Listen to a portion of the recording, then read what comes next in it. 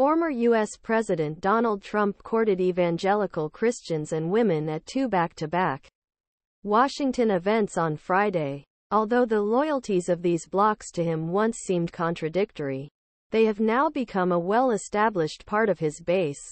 But the support among his devotees remains strong. As a woman, I understand that he can be aggressive. Joan Horswell, a 76-year-old retired nurse from Texas, told AFP.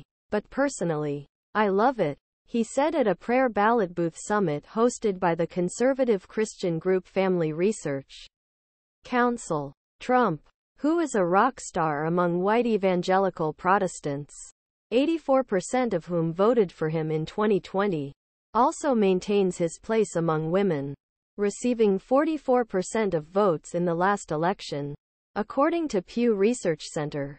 Speaking at the summit, 77-year-old Trump said, "This election determine whether America will be ruled by Marxist, fascist, communist tyrants who want to destroy the Judeo-Christian heritage, or whether America be saved by God-fearing freedom, loving as everyone in this room, patriots." Is he a flawed individual? Sure.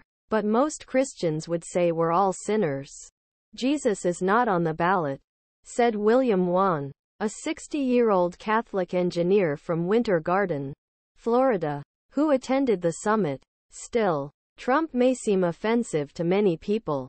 He was found liable a civil lawsuit in May for sexually assaulting author E. Jean Carroll 1996. He is also preparing to stand trial for allegedly paying hush money to a porn star on the eve of the election. And when the infamous Access Hollywood tape was released, he was heard bragging about waving at women. But many conservative evangelicals believe he is the perfect man for the job because he does not reflect Christian values. Kristin Du Mez, a history professor at Calvin University, told AFP, "Trump's supporters absolutely like what Trump has done for them."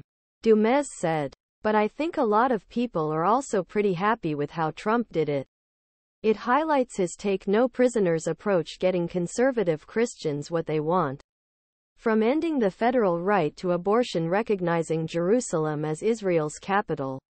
His book, Jesus and John Wayne, chronicles the rise of the ideology of rigid masculinity within white evangelical Christianity. Penny Nance, CEO of the conservative Christian women's group Concerned Women for America, echoed that dogma as she introduced Trump on Friday before speaking at a leadership summit for vocacy group across town. Conservative women aren't looking pastors or husbands for the president. We're looking protection, she told the cheering audience. Someone who wants to sink the knife into his teeth and swim across the moat to save us from those who threaten our safety and freedom. Melissa Deckman, CEO of the nonpartisan Public Religion Research Institute, notes that although some political observers were initially surprised by the number of women willing to vote for Trump, not all women ag.